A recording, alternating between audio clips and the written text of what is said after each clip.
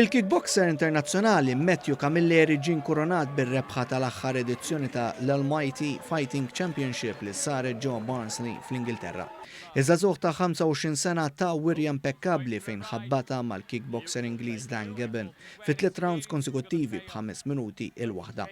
Huwa kiteb l-istorja billi ddomina r-rebħa tiegħu b'teknika eċċellenti u huwa l-ewwel Malti li qatt rebaħ dan il-kampjonat. Waqt intervista ma' One News huwa tenna kemm kienet diffiċli biex jitlaq minn pajjiżu f'Jannar tas-sena l-oħra għal aktar opportunitajiet f'dan l-isport.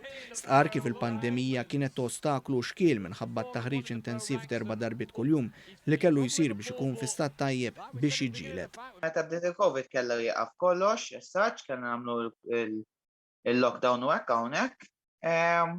Xi 3 xhur hekk minn se żball jew 4. U ġifieri dik il-ġurnata saw. Domt nitrenja non-stop jena ġifieri għalihom 4 darbiet kuljum nitrenja għan-nisa llum anke wara l-ġilet. Matthew ilu jipprattika l-kickboxing minn mindu kellu 17 sena u bħalissa qiegħed iħarreġ nies oħra fl-arti marzjali fosthom tfal żgħar. F'Novembru huwa mistenni jerġa' jiġġieled tat-titlu li jmiss.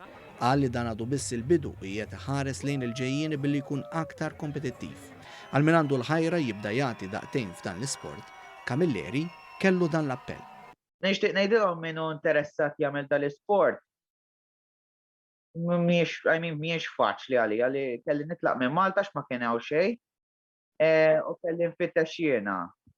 Issa mhijiex faċli finanzjarjament tridu tieħdu ħsieb kollox intom għax ma kelli l-ħadd jien naħdem fil-familja tiegħi, so dik il-problema.